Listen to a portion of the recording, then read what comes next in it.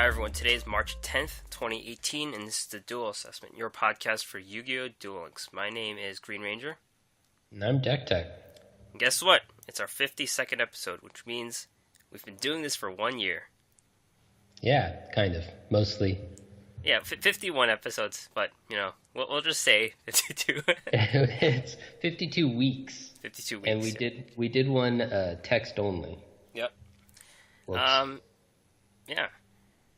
So, there's been a lot going on in Duel World this week. Mostly some PvE events. Syrus, the new Duel Tower. A lot of the new cards were released as well. And, the same new decks are still around in Duel Links, and the meta is a bit in flux. And the decks are adapting a bit too. We're seeing some new innovations in the deck. So it's definitely a very exciting time to play ranked PvP. So Deck, what have you been doing during the anniversary week? Well, it's funny that you say that this is an exciting time to play PvP, because unfortunately I have not had a ton of time to play PvP. Last time I was at like 12 PvP wins, and I think now I'm at like 14 or 15. So I haven't played a ton. I've played a little bit, but one of the things that I did do is that I finally managed to steal a Glad Beast's tag out, which has resulted in me needing to make a small correction to last week. I said that when you steal a Glad Beast with your econ and then take the tag out by either attacking with it or you steal it after it has attacked, then what happens is their card goes into your deck and your Glad Beast comes out. You get the tag out. And I should have known that was incorrect. What actually happens is their card goes into their deck, and then your card comes out. So it still works very similarly. It's probably going to have a pretty similar effect most of the time, but they can still go get that Glad Beast back in future tag outs or draw it or whatever. Yeah. And the distinction there, of course, is because this game, Duel Links, is based on the IRL Yu-Gi-Oh! And IRL games really don't like it when you shuffle other people's cards into your deck, because then people tend to get cards stolen or just accidentally taken. Had this been like a digital-only game like Hearthstone, then it probably would have shuffled their Glad Beast into your deck, because then that wouldn't be an issue. But anyway, that's that correction. I'll make a distinction here. When you steal a card in Duel Links, you know which one it is because the card sleeve is your card sleeve. Like, you could see it in their hand, like when there's like a exchange or something. But let's say you're playing Hearthstone, Potion of Madness into your 2-mana guy, attack, steal your Death Rattle, whatever. It like the card back becomes your card back instead of your opponent's. So that's what the difference is. Yeah, I guess the computer just keeps track of all of that, since you don't have to worry about people taking each other's cards and stuff. So anyway, that's kind of the short where I'm at and the slightly longer correction to last week. What about you? Yeah, similarly, I did not play much in the tail half of the week. I played more in the beginning of the week.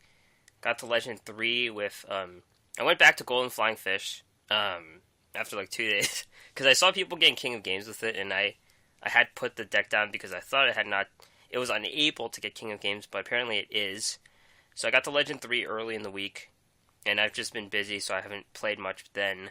But I should get to King of Games. Like, it's an embarrassment if I got to Legend 3 in the first week, and then I just spent 3 weeks doing nothing, so I should get to King of Games eventually. Yeah.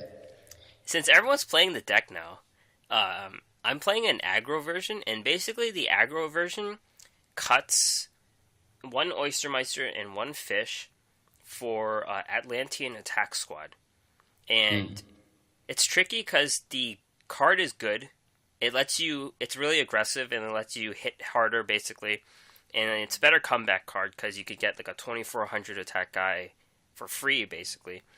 The problem is it's not a fish, so it has less of the synergy with the Golden Flying Fish and Fish Depth Charge. So it's less on the combo, but it kind of does make up for it for being a really strong card. And how many games have you played with that version? How are you liking it?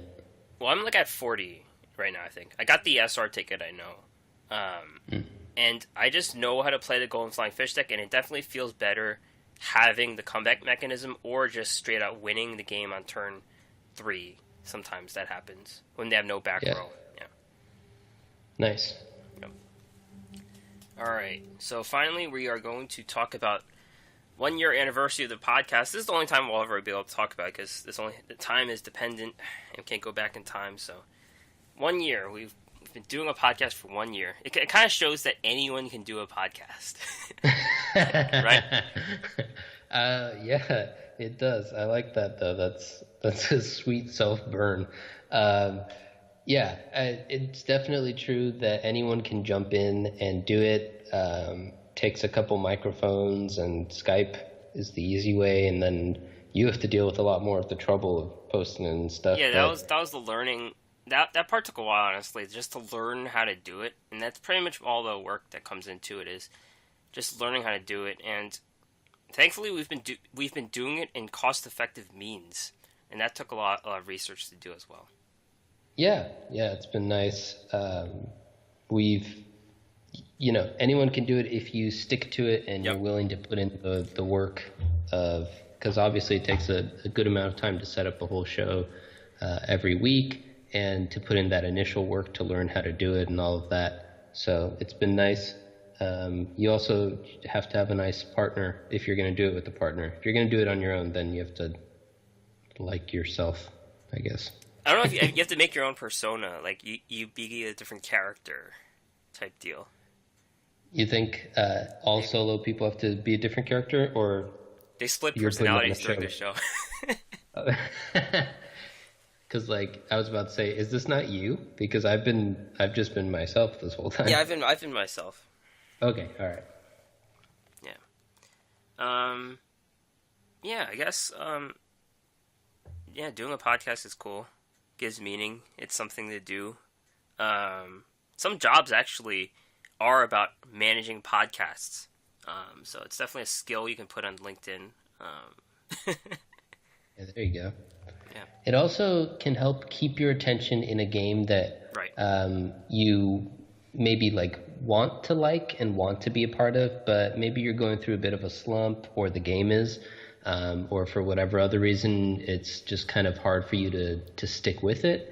But it's nice because it keeps you from falling behind, because you're like, oh, well, I have this obligation to the listeners every week to talk a little bit about what's going on. And so I have to, at the very least, be aware of what's going on in the game. And it's, in some ways that could sound like a chore, but it's I kind of see it as a positive, because it keeps me engaged when otherwise other things might get in the way.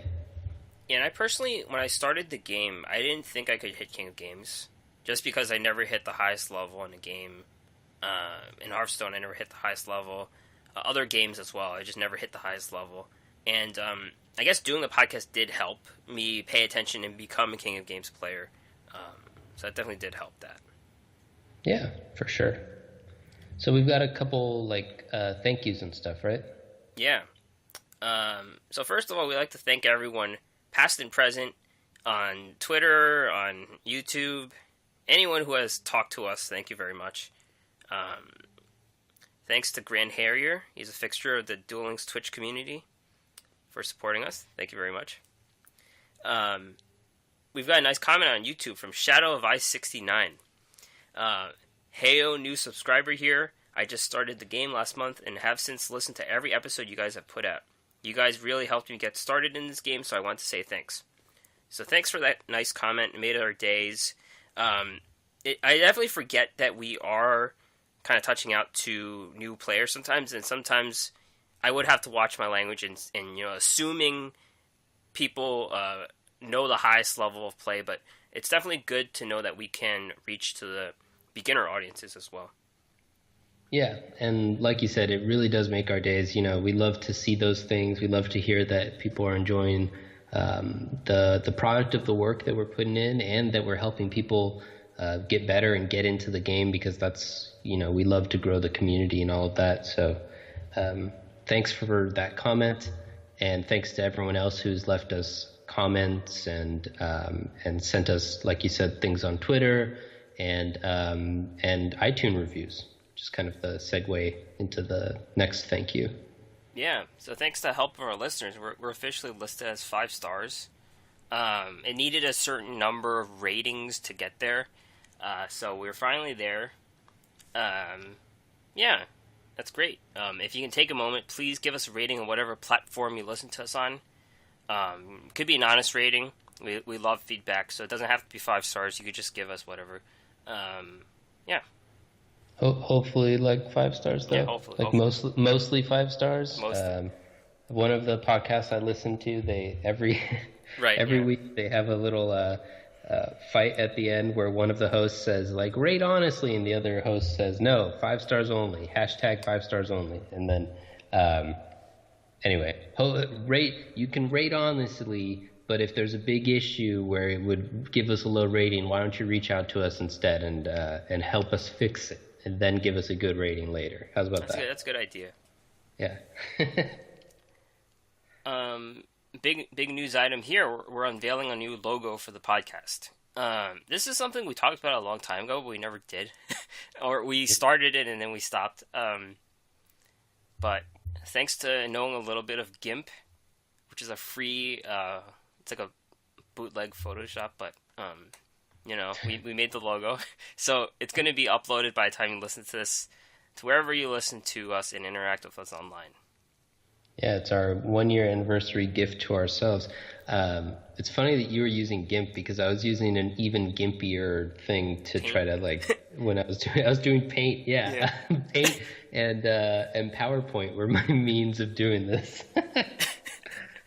Got some NA photo editing here. And there was that drawing of that Karibo you made way back. Yeah, the sad Karibo. But you're actually really good at drawing, though, right? Well, that's a weird way to phrase it. I think I'm pretty good. I don't want to toot my own horn. I'm definitely not a professional. I'm not sure if I were to post my drawings on Reddit, if it would get the upvote wows or if it would get the trolls and stuff making fun of it. I think I'm right on that line where it's unclear if people would be impressed or not. But I like to doodle. Yeah. So new logo is going to be up, and the new logo features the tour guide from the Underworld, and we're going to say why she's OP right here. So, she is the fixture of the Duel School for some reason. I don't know why she was chosen. I guess her reputation in the trading card game made her to be a known quantity. But she is OP, and she's limited to 1 in the TCG because she's a 3-star, 1,600 Fiend, and when she's summoned to the board, you can bring another level 3 Fiend to the board. And then you XYZ summon them into this monster, XYZ monster that requires 2 level 3s. And sometimes it's a pretty good one. So that's why she's OP. Ramp card. There you go. I think she's just the guide. They're using her title to symbolize what she is. She's the guide to the game. She kind of teaches you how to play. She introduces a lot of the events and stuff. And that's why I think it makes sense for her to be part of our logo too, because we are guides to the game as well, kind of. So. And it's funny, it's the Underworld, because there's this thing going on about video games being bad. And so this game's the Underworld. Yeah, sure. I guess so. Yeah, but she's our logo. She fit well. Her hand motions were good. Fit well with the logo. That's why we chose her. Discord. So it's a bit of work to manage the Discord, and we're not always on checking it. And definitely, it's better for a bigger community. But feel free to message us on Discord if you have any questions. I definitely check it all the time for any news items for other Duel Links communities. So we have our tags here if you want to send us a message. Yeah, I'm not on it too frequently. I mostly just used it to coordinate specific events, just because there's so much going on in the various Discords. Obviously, that's why people like it, but it's hard to keep up. So I think if you @, me, then I will be more likely to see it. Even then, don't be too upset if maybe I'm not the most responsive, but I will try to be a little better about it now that we're putting it out there for people to reach out to us that way. Twitter, though, works great for me. You can still use Twitter. I'm definitely on that too much. So. Yeah, you're going viral every day. I mean, it's just crazy. Yeah, I did a tweet about law stuff, and it kind of blew up. It got way bigger than I expected it to. 1,000 likes or more. Yeah, more 1,200 now. You just have a ticker in your hand, right? You're ticking off every time you get a like. Well, I don't like the notification. So like every time I get more notifications, I have to check it to clear them. And so I'm kind of keeping tabs on it. 1.3 now, actually. So, and I didn't even use any of the hashtags that could have like helped it explode. I could have gone viral. I wasn't planning to, and I'm kind of glad I didn't because it's been a pain a little bit. But it's also at the same time really exciting and like, it's like, oh, wow, 1,300 people liked what I said. Like, that's amazing. So yeah. It's very interesting. All right. So we're moving back to Duel Links content now. This week in esports. Let's talk about DK's tournament, MCS 6. This happened last week, ended on Sunday, March 4th. And this is the one we kind of talked about how aliens took over. 11 out of 32, the top 32 decks were aliens. No surprise that they're busted, sort of. And they're actually a tier 1 deck in the Duel Links meta community. So, there they are. Great ladder deck, great tournament deck. Red Eye Zombie still around. Yeah, go ahead. I was just going to say, yeah, it's nice because they're kind of mostly a budget. The only non-budget part is that they all run the... what's it called? The Rebirth, Powerful Rebirth. So I need to go in and get those. I think I only have one. But that card's just good, and he's playing a lot of decks, so I guess I can get around to doing that eventually. Yeah, they even dropped the Mysterious Triangle. You don't see that much anymore, so you only need to dig into the pack as much, the new pack for that card. Red Eye Zombie, 8 in the top 32. It's never really gone away. They just did that one nerf for Spirit, and that was it. It's still around. Yeah, I think the nerf was actually kind of ideal, though. We don't have any rotation, so eventually at some point people are going to get tired of it and want it to go away, and perhaps for some people that's already happened. But I prefer nerfs where the archetype or the card or whatever is still playable in some sense, but it's not like completely oppressive or anything like that. So I like that they nerfed it to the point where we see it like once or twice every tournament, or a decent number of people can still play it because they still enjoy that deck, and but it's not dominating the scene. Right. I think that was well done until we decide that we're tired of it, and then we need to get rid of it. It might just go away when the new mechanics come. Like, it's just gonna be like good until I don't know how Red Eye Zombie will go away. Just can't go away. It will at some point. Yeah. Sea Stealth Attack, third most appearances in the top 32. No surprises there. People have been calling for its nerf, but it's one of those decks when it doesn't get started, it sucks, and then once it gets started, you can't win. So I guess it has that balance. Yeah, we talked about it last week as well. It's a little bit easier to target than some of the other top decks, so I think that has kept it in check. When it first came out, everyone was crying about how it needed to be nerfed and how it was definitely more powerful than anything else in the game at the time, and the former appears to have been proven incorrect, but the latter I think is still true. It's one of the most powerful cards/engines that we've ever seen. But the fact that we have the Cosmic Cyclone just as a direct counter right there a couple boxes earlier has really helped keep it in check. Yeah. Glide Beast, Hazy Flame, Dinos, Magnets round at the top 32. You don't see any Cyber Angels here. That's probably because of the number of aliens in the top 32. Direct counter to Cyber Angels. All right. Nice. Yeah, so this tournament had a total of $4,400 prize support. First place Glading, Balance Aliens. This is a 22 card deck. It's an interesting deck because you have 2 alien greys, which are the low monster that you set, and it does have anti-magic arrows, which you typically don't see in aliens, I think. There are 9 monsters, 7 spells, and 6 traps. Probably to force some balance math for the 7 spells, but it's a 22 card deck. Yep, it looks pretty standard. I don't know if there's really anything to say besides that. Yep. Second place, Silverstone, straight to the grave, Red Eye Zombie Dragon deck. Pretty conventional deck as well. This one, last week we talked about the 3 dragons. This one goes back to the 2 dragons. Cosmic Cyclone is not really a side anymore. It's in the deck.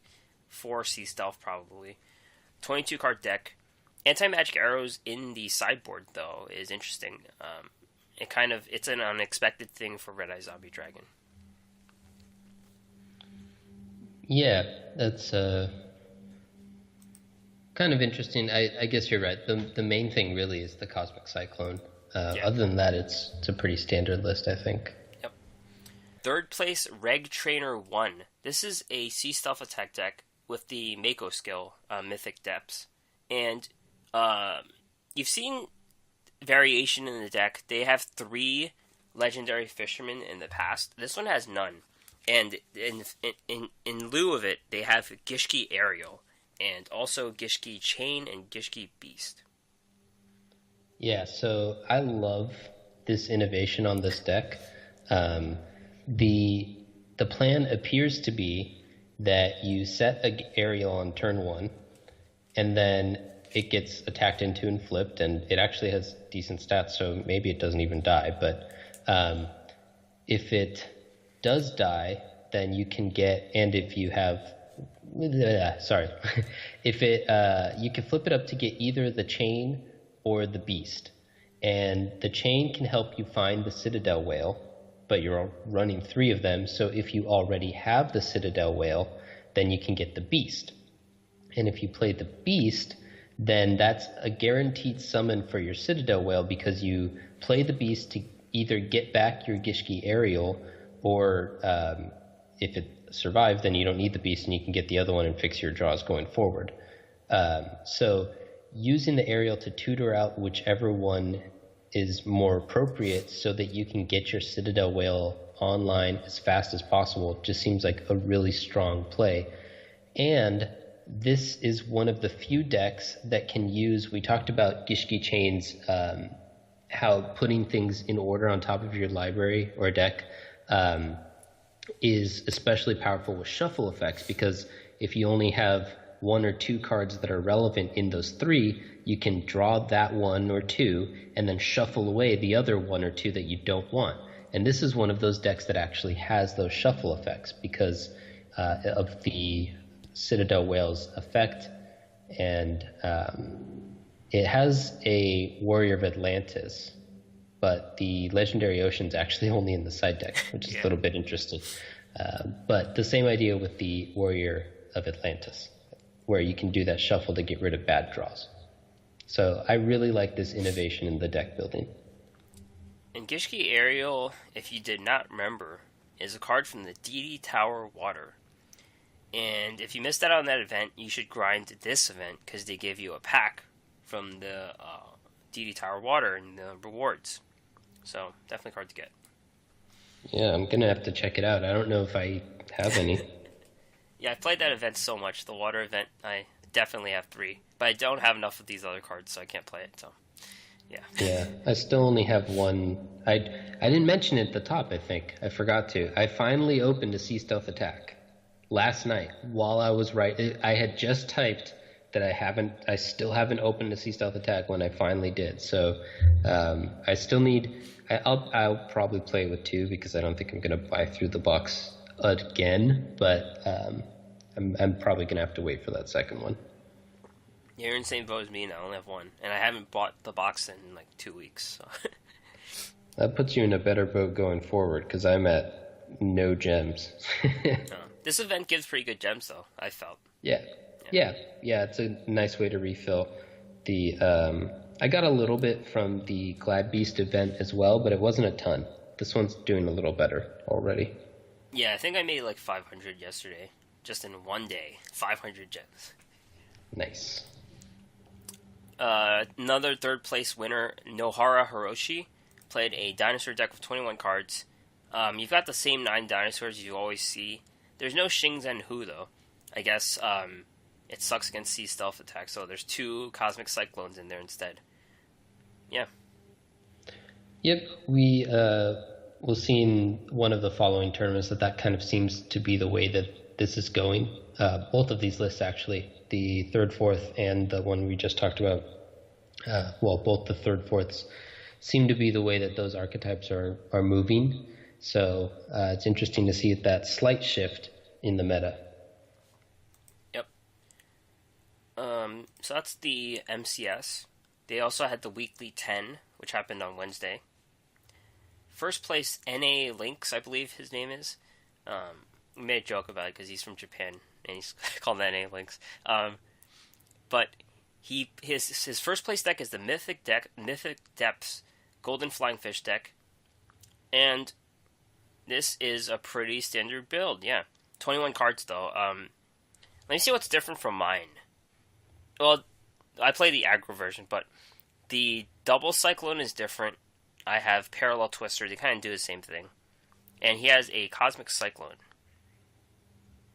I kind of like the Parallel Twister. Or wait, which one do you have? Let me pull this up. The one that destroys monster or trap. Yeah, I like that one better. Here it is. That's because I have that one and I don't have this one. So that's just... And I mentioned last week how I like that card so much I put it in all my decks. So, yeah. Yeah, well, I like your call even if you did have it. Like we said at the top, this is a fairly standard list. The one Cosmic Cyclone and then one more in the sideboard is just yet another nod to the power of Sea Stealth Attack. Everyone kind of has to run those either main or sideboard now, which could indicate a problem, but it is where we are now, and I don't think it's a problem yet, but maybe if it goes on for too long, Konami will feel like it is. Second place, it's your boy Eden. This is Sea Stealth Attack as well. This is the Gishki deck. Right, yeah. So it's this is what I was talking about, how both decks in the archetype are going in the same way. It looks pretty similar. He put the 2 Warrior of Atlantis in the sideboard with the Legendary Ocean, and he only has 2 Cosmic Cyclones main and 1 more on the side, so I think it's not exactly the same, but if you look at their main deck plus their sideboard, it's very similar. Just kind of how they shuffled those cards around is a little bit different, what they wanted main deck versus what they wanted side deck. Third place, Ghost. This is Gladiator Beast. Balanced Gladiator Beast. Nothing too crazy about this deck. There's the Cosmic Cyclone again. I think they always did run it. They run the Impenetrable Attack. It's pretty standard. Yeah, I know there's some discussion in the Glad Beast world about Impenetrable Attack, so this is going in that route. It also runs a slightly interesting card, Crevice into the Different Dimension, in the sideboard. It has something to do with attributes. Yeah, I haven't seen this card before. Declare 1 attribute and select a total of 2 monsters with that attribute from either graveyard and remove those monsters from play. So obviously it's better if you hit 2 targets you want to hit, but it's worse if they only have 1 because it's required. You need to select 2. So it's an interesting choice right there. Yep. It's definitely a card I was looking at when I was trying to think of ways to counter Takini. Like, I looked at every single card and it was like, oh, I've seen this card before. Yep. And also Yasser, third place winner. Dinosaurs. This is a 20 card list. And again, the Shingen Hu is just in the sideboard and you've got the Cosmic Cyclones. Yep, this is the other one that I was saying. The third, fourth looks pretty similar. It looks like kind of this is the route that dinos are going these days. Alright. So, also, Duel Links Pro Weekly number 8. Almost forgot about this one. This took place on Thursday. Heaglian Boy won first place. Let's see his deck. 21 card, Bones Res. It has Snipe Hunter, though. Previously, I've dabbled with a 24 card Snipe Hunter deck. It only has 21. Very standard. It makes sense to throw away your zombies to special summon them in the future. The sideboard's interesting, though. It has the Ladybug, 2 Super Rush Headlong. There's a card I can't see. And then there's a DNA Transplant. DNA Transplant. Yep. That is interesting. I would like to use DNA Transplant because I have a prismatic one. That's how I make all my deck building choices too. Yep. Alright. So, Kaiba Cup update. Tell us about that.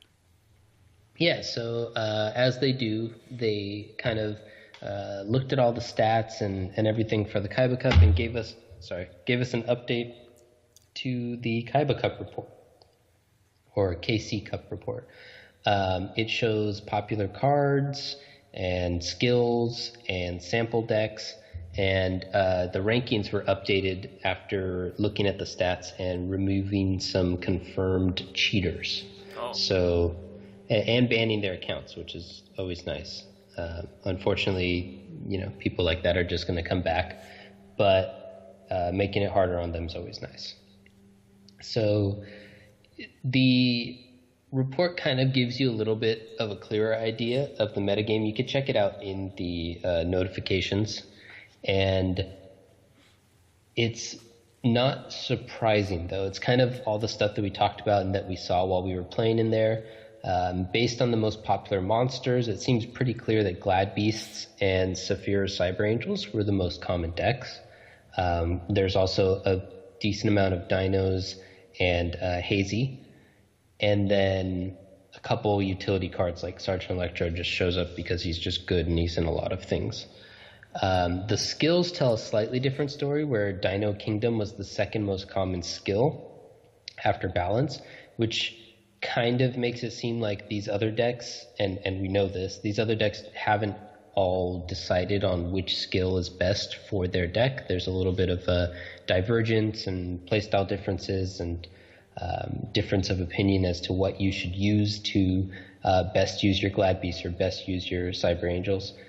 And the last thing that's really interesting is that the stats in terms of like card frequency and stuff between stage 1 and stage 2 were not very different.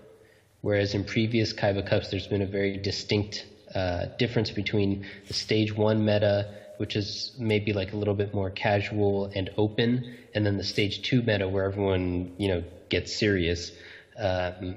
Then everyone just plays the best deck or a counter to it. And this time, perhaps because it was such a wide open meta, we don't really see that. There's no distinct shift over to one deck when we go to stage 2. So that's pretty interesting.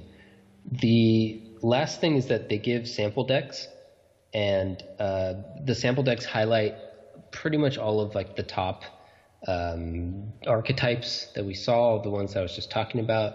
And then there's also a couple interesting ones. One is that there's a Glad Beast deck that uses the skill Ojama Go. And that skill, after you... I know burn decks have used that a lot. Or like... Interesting. Just to fill up a slot. So the skill reads, it can be used each time your life points are decreased by 1,800. Special summon an Ojama token on your opponent's side of the field in defense position. And obviously the Ojama token is very weak, and perhaps the burn decks use it just to fill up slots. So unless like you use tributes or something, you can't really get rid of it very easily, so it just clogs up your board. But I like it a lot in the Glad Beasts because it allows the Glad Beast to attack into a defense position monster, which is what they want to do, so that they can activate their tag outs and their powerful effects when tagging back in. And so I thought that was a pretty interesting call. You don't see that very often. And then my all-around favorite deck is the one, it's Duelist I in the second stage, I believe, is where they have all of these. And it's a Bandit Keith deck using baggy sleeves, which is a skill I don't think I've ever seen.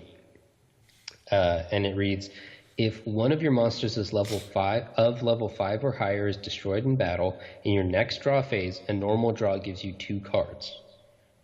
And there's no limit to this. I guess the limit is that in this game there's not a ton of tributes or 5-6 star monsters, but that seems like a lot of value. And he abuses it by using the Earth Armor Ninja, which is a 5-star warrior that just reads, if your opponent controls a monster and you control no monsters, you can special summon this from your hand.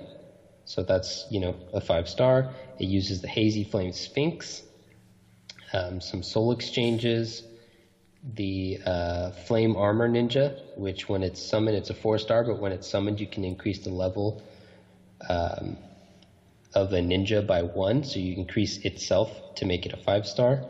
And then it's running Red Dragon Ninja as well, which... That's 6 stars, right? Yeah, it's a 6-star and has some synergy with ninjutsus, but he's not running any ninjutsu. So it's just a really interesting deck that I love, that it's so different and it's something I haven't seen before. And I'm going to give this one a shot because I like it a lot. I don't have baggy sleeves is a nice lore thing, because you think of Bandit Keith, he's not wearing any sleeves, but when he got taken over by the Rare Hunters, that's what his skill was. It was underneath his sleeve, like another card. There you go. Yeah. The only problem with this deck, in terms of using it, is that it runs 3 Soul Exchange, which a lot of people don't have. So we'll have to figure out some alternative to make it work for us. Sweet. Yeah, I did notice my rank went up by 2. So there were 2 cheaters ahead of me, I guess. That's interesting. I mean, that's good. They got rid of 2 people, but they made it sound like it was a bigger thing. So that's funny that they're only cutting a couple people from each region. And that is global, too. So I guess the incidence rate of cheaters is kind of low. I don't know. That's a good thing, I guess. Yeah, that's a really good thing. I mean, we talked about that when the event was live, that it didn't feel like there was a lot of cheating. So I'm glad that it kind of appears that way as well. The new week campaign. Okay, this was a bit of a letdown, obviously.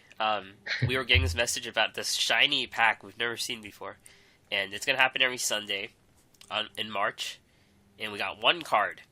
And I conducted a straw poll on Reddit, and there were over 140 or 150 respondents. And 68% of people got an N, 24% got an R, 4% SR, 3% UR. And the cards were pretty bad.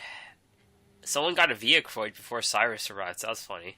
I can't believe people got like URs and SRs. It's like a rare chance. It has to happen, yeah. No, the thing that I noticed is that all the cards are unobtainable. They're from like past events, lotteries, or even beginner cards.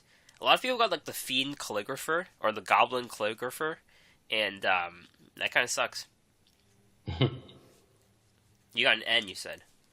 Yeah, I got an N. I don't remember what it was, but I do remember that I had 22 copies of it. So, obviously, both because it's an N and because I already had 21 other copies of it, I wasn't particularly excited about it. I got a Multiply, which you could redeem with an R ticket, so that's something, I guess. It makes more Karibos. That's what it does. and then you can make them explode. Yep, because they explode on impact. I have a question for you. Do you think it was worth doing at all, this thing? Like, it's a bad perception thing. Like, I don't know if it was worth doing at all. Yeah, I don't know either. I think it would have been better to maybe do a full pack I'm not sure. I agree. It seems like a really big letdown. I'm not sure exactly what they were hoping, but I don't think I saw anyone particularly excited about this. And Yeah. all of the memes for that day were about it, like giant letdown and stuff like that. People, I guess the only good thing is if you're a new player and you missed out on a card from a past event, you can get it. But the RNG is just so high. Like, what are the chances you're going to get a masked beast that you really wanted? Like, you're just going to get some random end card from the event, from some other event or something. So it's hard to say. Yeah. We got 3 more shots, and we'll see what we get. Yep. Hopefully it's better this tomorrow. Hopefully. Alright, Truesdale. Syrus Truesdale's here. Roaming duelist. He's a main character of GX, so we do expect him to come back in the future. And hopefully some better Viacroids. Yeah, these ones the first time around were not particularly impressive. So I agree. Hopefully we'll get something cool when we actually get him. Have you farmed him? I have not. That was part of my week of not playing a ton. I've just been auto-dueling him. We always tell people not to do that, but I felt okay with it because of how bad these cards seemed, and just because I had other stuff going on. But I will farm him for the remainder of the time he's here. So why don't you teach us how? It's not easy. So I've used 2 different decks. I don't know why I did this. I think one of them because Jaden had restart and no one else did. And you have to beat him with Jaden for certain rewards. So this is a Turbo Draw Red Eyes. So 3 Red Eyes Dragons and 3 Red Eyes Zombie Dragons and a Wyvern. Luckily I have a Prismatic of each, so it kind of helps my points as well. You got 3 Insights, 2 Spirits, Cards of the Redstone, which helps you draw, and Gravekeeper's Vassal, Union Attack, Secret Pass, things like that. So you basically just draw a lot. And you have to destroy his defense monsters. You basically get 2 dragons on the board, and you're a vassal. You put Tribute to the Doomed. I put a Tribute to the Doomed. It's not a conventional build, but it helps destroy his big monster. There obviously are many problems to the deck. He has very good cards, like Shield Crush, which destroys any defense position monster. He has no entry, which switches everything to defense mode. He has a lot of tricks.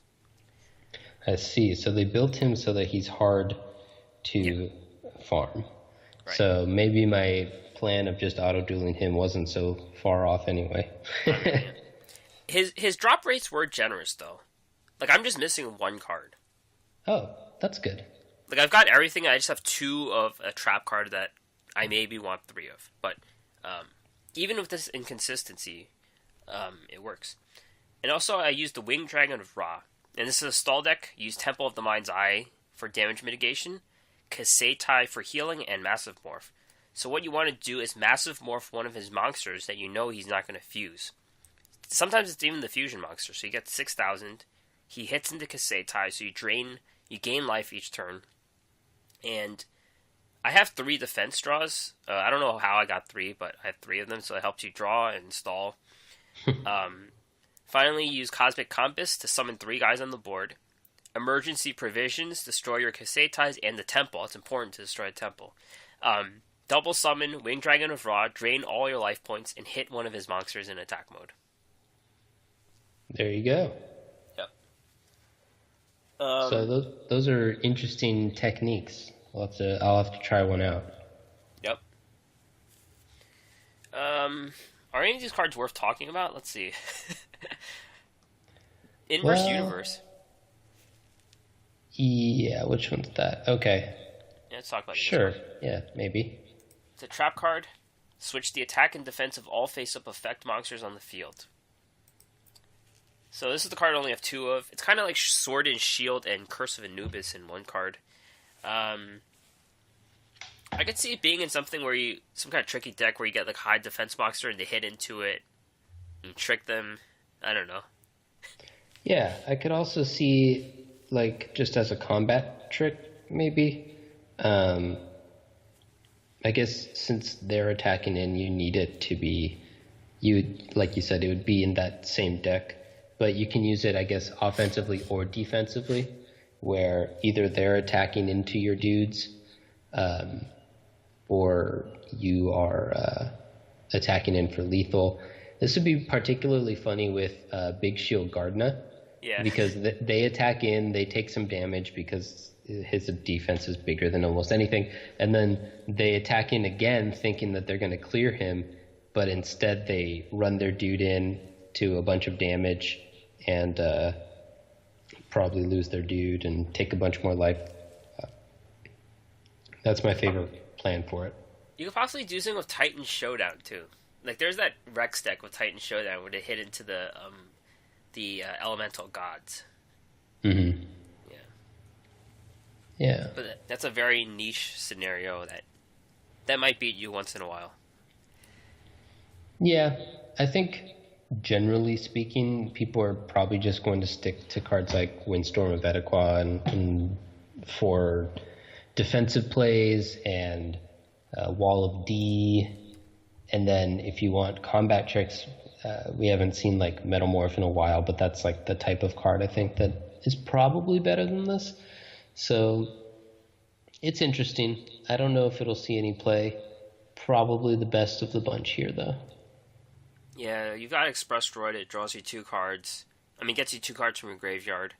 Supercharged, you draw 2 cards, but you have to play the Roids. I mean, the cards he uses are a little bit better, like Truck Roid. And then the Drilloid's good too, but you don't get those cards. It's possible they're just like one-ofs in the future. Yeah, it was like if we get more Roids, then maybe you will be looking back on this and being like, oh, I wish I'd gotten more the first time around so that I can play these good Roid cards now. But like the pair Psychroid seems really bad to me. Yeah. The Ambulance is really bad. Submarine isn't, like, there's pretty much no use for it. Yeah. It's not like super bad like the other ones, but there's just like no use for it. So yeah, there's just really not a lot going on in this archetype yet. Yeah. If you do want to play Roids, it's going to be some other ones. That's the takeaway. Or you're going to be playing in casual or at a ranked floor. Yeah. So that's enough about Syrus for now. He's still around for a few more days. DD Tower Earth Wind. Yeah, I've been playing this event, and as I mentioned before, it's a good way to get new cards, some of the water cards, and also gems. I guess I played more than I wanted to say I want. I got to level 25, I think, yesterday. And okay. I made 500 gems, so. Nice. I'm almost certain I'm not there yet. I don't know exactly where I am, but I just beat the second big boss, I think. So it's 20, so, right? Yeah. Okay, so yeah, I'm not too far behind you. A good amount, I guess, because there's 3 in each floor now. But it's been pretty good. I've just been auto-dueling the event the whole time, and then I'll go back and do special, like specific challenges or something to get more of the pulls. But so far it's been going pretty well. Only died a couple times doing the auto duels, so it's working. Yeah, they didn't mess it up, so it's foolproof this time. Yeah. And one of the interesting things is for the DD Trader thing, when you reset it, after you've pulled a few times, it says when there's 9 or fewer options left in it, then it goes up. The value of things goes up. There's a higher chance for a foil card, they say. Yeah, foil cards. So that's pretty cool. Yeah, I had to buy through all of the first one, the first set, because I didn't get the UR. I mean, I didn't get the Des Volsgraf, and that was the last card. So then they told me, whatever. So. Yeah, I'm going to have to buy through the first set as well because let's see, I went through a lot, but the remaining things include 2 of the like the pack Packs. things, and then the one SR, yep, the Volsgraph as well. So I'm gonna have to potentially be in the same boat. Yep. Let's talk about some of these cards. Windrose. So Windrose is the wind elemental lord, and you have to have exactly 5 wind monsters in your graveyard. That's tough. I thought it was at least 5. Yeah, that was the problem. I saw it. So we were talking about things like Grass is Greener, Magical Merchant, Altitude Knight, which is the Dust Knight, I guess, for wind, Yeah. probably. Yeah. But those things, the Altitude Knight works, but the other two are a little dangerous because you need exactly 5.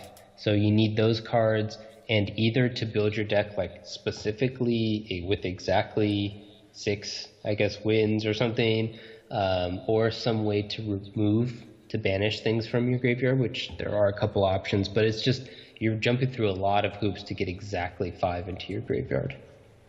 It's gonna need a Beacon of White Precision, like, to get 5.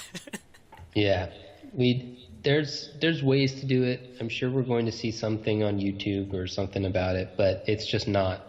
It doesn't really beget itself to competitive play. This doesn't seem like a high-level PvP thing yet. No, not at all.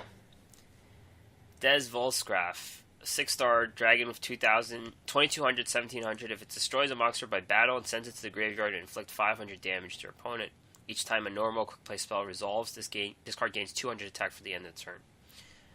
It's kind of like White Horned Dragon. It kind of gets attack, but it doesn't fit anywhere, unfortunately. It could have some farming use if you're running some deck with like a lot of spells, maybe. Mm-hmm. Yeah, it's interesting. I like that it kind of gives you that double bonus, but I agree it's not really going to see any play at this point. Kunoichi, Wind Warrior with 1800 attack, 1000 defense. When control of this face-up card changes, its new owner discards 1 random card. So you could just give it to your opponent and they lose a card. Other than that, it's like a card you would put into a warrior deck. Yeah, it's interesting. It's like if they econ it, or they don't want to econ this, but obviously they can see it because you can only econ face-up things, so they would have to, they know what they're doing. They know what they're getting into unless they just decide not to read it. So they would either avoid the downside or decide that it's worth it. So it's an interesting idea, but there's not very many donate abilities to really abuse it or anything. I actually have 3 of this already in one day. I don't know how I got 3 of this card, but yeah, I'm just gonna build a deck once it gets to King of Games just to give this card to people. And then there's that too. What's the end game after you've done that? You've given them a moderately statted monster at the cost of 1 card of their hand, but you probably had to pay 1 card out of your hand to donate it. So it's really, you're not even getting any advantage. You're probably still getting disadvantage. I guess you would do it with Mystical Box or something, right? Yeah. Mystic Box. So that it's not all downside, but it's interesting. I definitely, this is another card that probably sees some sort of shenanigans YouTube deck or something like that about it, but I don't know if this one's ready for prime time either. Rock from the Valley Haze. This is just the card you would discard and then it comes back to your deck. Not very useful because it needs a tribute to get on the field. Right, so as it would probably be used, it's effectively the same as other cards like the, what's he called, Outstanding Dog Moran? Yeah. And the Sword of Deep-Seated, where pretty much the entire point of it is to make it so that you can't deck out. And we already have a couple of those, so it's not really valuable in that sense. But I guess it could okay. be an extra because you don't have 3 Swords of the Deep-Seated. Yeah, I guess if for some reason you need more, or you just don't have any of the Swords of the Deep-Seated or the Moran, then sure, you can use this. You're going to get one pretty easily in this event, so might as well, this is an option for the people who need that. And I guess if you're playing that stall deck and your opponent's wide open, you have this 2400 attack guy that could just win you the game. I guess. I'm being too optimistic here. Yeah, I doubt that would ever happen just based on the way those decks play. But you're right. It's potentially there. All right, I can't speak French, so forgive me, Maldosh Chevalier. This is a warrior with 1700 attack, 1300 defense. When this card you control is destroyed by your opponent's card by battle or effect and sent to the graveyard, you can shuffle it into your deck. Your opponent cannot target face-up Maldosh monsters you control for attack, except for this one. So I guess it's interesting to have concept like Fatigue, because they just go back into the deck. Yeah, it's a weird little archetype. We see it. We're facing it in the tower. You see a little bit of it. I don't think it's particularly strong, but it's interesting. Yeah. Maldosh Croissant. 1500 attack, 1200 beast. Has the same ability where it goes back into the deck. But then it has an ability where you could target a Maldosh card and send it to your hand and increase this card's level by 1 and its attack by 300. So it's not that useful because you kind of like -1 on the board. But the level manipulation is interesting if you're building some kind of beatdown thing, maybe. Yeah, you're right. With the beatdown skill, or I don't know. This isn't a beater though, so that doesn't seem to really like match very well. Perhaps there's a couple of those cards where you can like transform things that have of the same level or whatever. So maybe something with that, or with Mokuba's skill that does the same thing. I still don't think that this one's really going to see much play either, but you're right. There's some interesting kind of things to do there. The going -1 on the board is a bummer because it seems like the way that these cards want to work in the Fatigue is that you just kind of make a wall of them, and I guess ideally what you would do is you'd like Massive Morph. No, Massive Morph doesn't work. You would use, what's it called? The Mask, so that their two slots can't attack, and then they only have one slot to attack with. And then you just play one of these guys every turn in defense position, and they just attack into it every turn and just never get through. I guess that's kind of the ideal situation for these. That sounds like the worst way to win a game and the worst way to lose one, but I think that might be the plan. And I don't think that going -1 on the board is helpful for that, because you want to stay ahead of the number. They're attacking every turn in that situation, and you want to have at least one guy for every attack. Yeah. The last one's Maldosh Chocolates. This one is 800, 1500 beast. Same ability where it goes back to the deck, and also has an ability where once per turn, when the battle position of a Maldosh monster you control is changed, while this card is face up on the field, you can target one monster in the field and change it to face up defense. If it's not a Maldosh monster, it can't attack, and its effects are negated. So yeah, this kind of fits into what you said about how it just leaves a monster on the board and they do nothing, basically. Right, there we go. I forgot that this one was next. Yes, this is another way to do that same thing. So I guess there's some internal synergy within the little deck there. So that's nice. I like that it works. The effect, or the way that it wants to do it, it locks the person in defense position. Is that what we're thinking, or can the person just switch it back next turn? They just can't attack. Their monster can't attack. Okay, so they can't attack forever. And they have no effect. Yeah, I like it. I guess if you're going to try to make this deck work, you're definitely going to want the Chocolates. I guess they're trying to make like a cute cancer deck. That's a weird part. Yeah, so that you can't be mad at it for how terrible it is, because you're seeing cute guys and you're like, okay. Yeah. All right. New card trader cards. 3 new cards. One of them's pretty interesting. Swamp Mirror. This is a UR spell monster. It's a trap monster. Activate this card by declaring one monster type and one attribute. So you get to select a monster type and attribute, and you special summon a monster with 4 stars, 1800, and 1000. And obviously you've got synergy with monster type and attribute. If you have like a fusion you need, or some kind of board synergy, it works. The controversy was someone tried to make this a divine beast, and they did not get the dual assessment for it. Rude. Yeah. I don't know if this card is worth it. And until proven otherwise, I'm not really going to be seeking this one out. 1800, 1000 isn't like particularly Standard. good stats. Yeah, it's exactly. It's kind of like the standard, and we definitely have some cards and skills that worry about types and attributes, but there's not a ton, and they're not like super powerful, like shaping the meta. So I don't think this one is a chase card.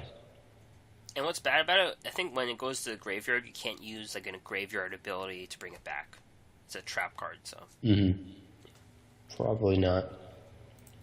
Divine Dragon Aqua Bizarre. This is a 5-star sea serpent with 2100, 1500. Once per turn, you contribute one other face-up water monster you control, and select one continuous spell or field spell from your graveyard and return to the top of your deck. So, it's got some synergy with a legendary ocean, but I don't think you'll really want the ocean back. Like, it's going to delay you 2 turns, right? Because you're just going to draw the ocean, and then, like, what's next? Kind of. Right, yeah, it's a little bit weird because it wants to be played when you already have the ocean out, right? Because that makes it a 4-star. But then the effect seems to be to save you from your ocean dying, like you get your ocean back.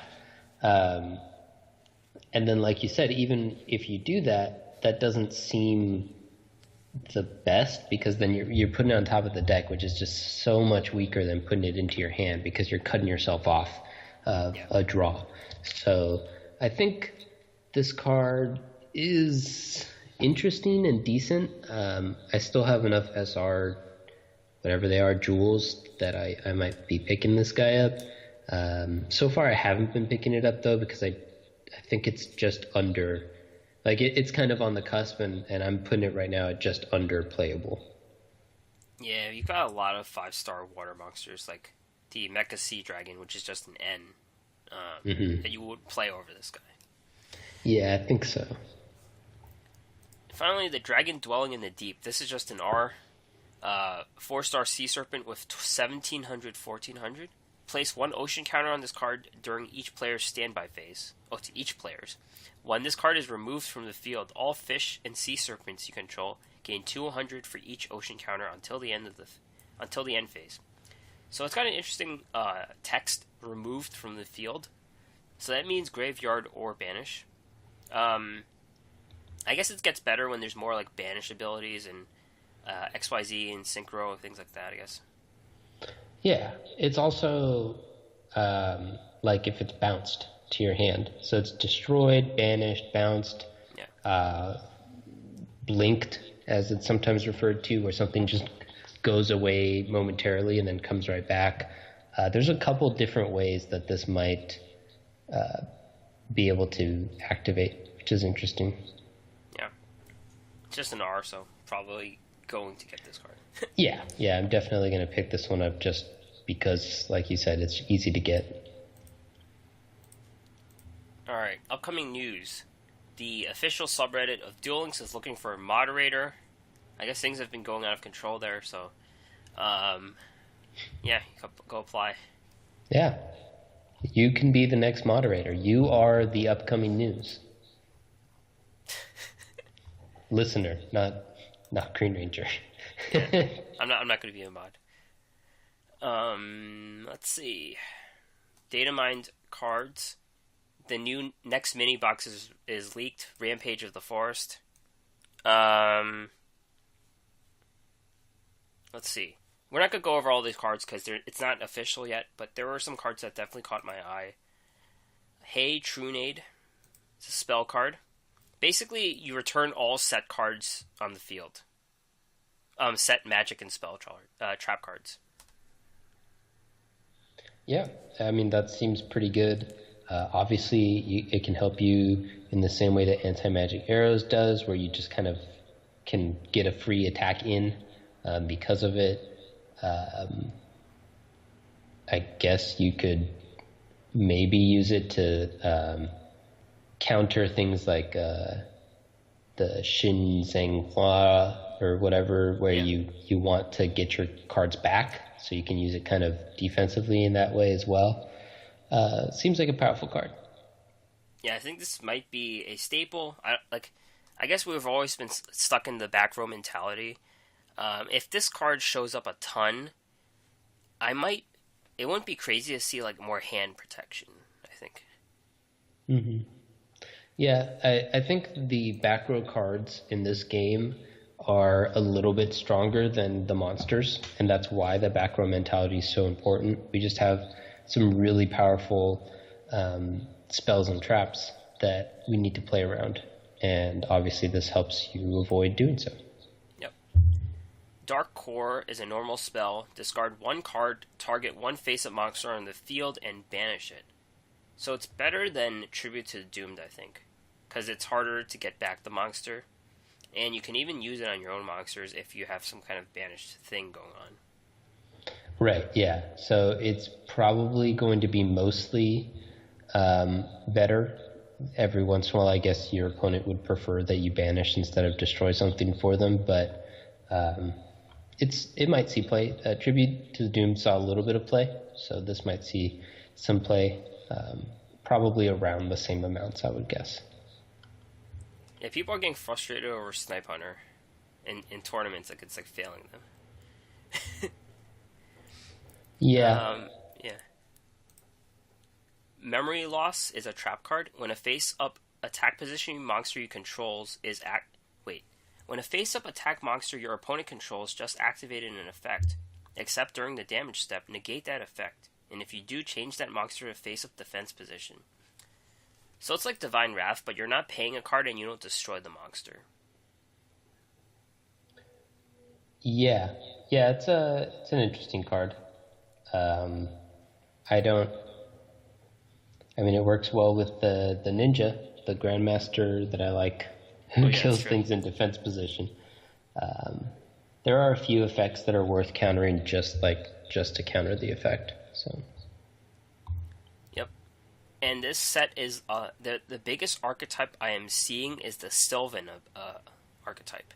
So I don't know what they do, but we will see the set soon. There is an Ice Barrier card. That's interesting. A lot of insects. Yeah.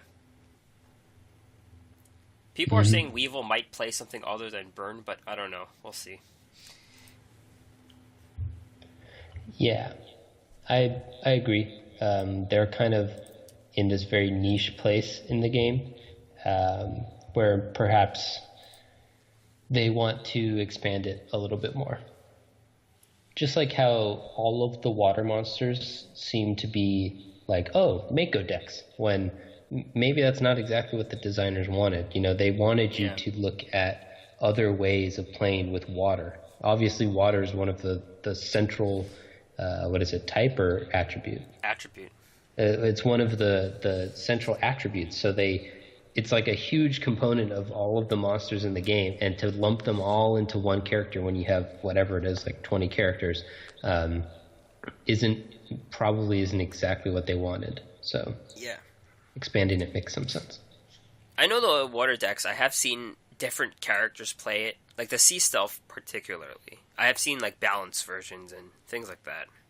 Yeah, I think the Sea Stealth and the Gishki were both attempts to do so, to make water be more than just Mako. And it wasn't even just Mako, it was all Mako with the one skill, the one that puts Yumi on the field. So yeah. I think that this was definitely that last box, and perhaps this next one, are attempts for them to kind of expand out a little bit, so that it kind of adds a little bit of depth to the game, I think.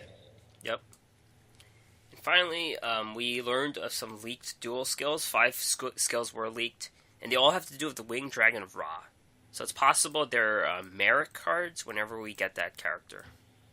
Yeah, that should be fun. Yep. Except then you have to play the Winged Dragon of Ra, which isn't really a PvP card very much. Yeah, it's dangerous to make that card good. Just dangerous. Alright. Yep. So we're done here. Done for today. We did it. One full year, recorded and everything. 1 full year. Alright. We're going to wrap up today. You can find us on the App Store, Google Play, Music, Stitcher, and others. Find the podcast and more at our website, theduelassessment.wordpress.com. We have a YouTube channel. Check us out there. If you want to help support our efforts, patreon.com/duel_assessment. Send us an email with any questions at theduelassessment@gmail.com. Or you can find us on Twitter, duel_assessment, me at Green Ranger, HS, and DeckTech at HSDeckTech. Yep. See you guys there. Hopefully throughout the next year as well. Yep. All right. See you guys.